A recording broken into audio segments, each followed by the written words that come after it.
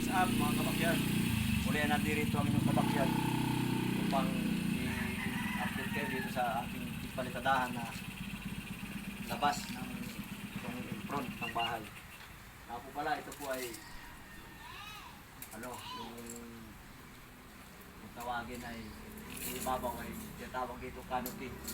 Yung pintana naman ay may sukat po ito na hindi po pare sukat dito. Yan po, 160 by 112 ang sukat po.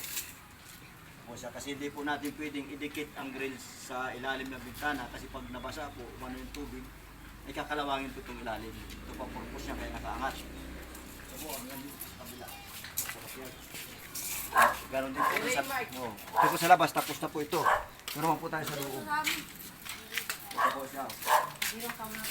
Mga kabakyan. Mga po pala mga kabakyan, huwag natin kalilimutang ipalo ang aking FB page. Ipalo po at paki-subscribe po ang aking munting YouTube channel. Nang lagi po at pakipindot na rin po ang notification bell at lagi tayong updated sa mga susunod ka pong video. Ito po ang inyong kabakyard, Manny Boy Royales sa Basula po. Maraming pong salamat sa inyo.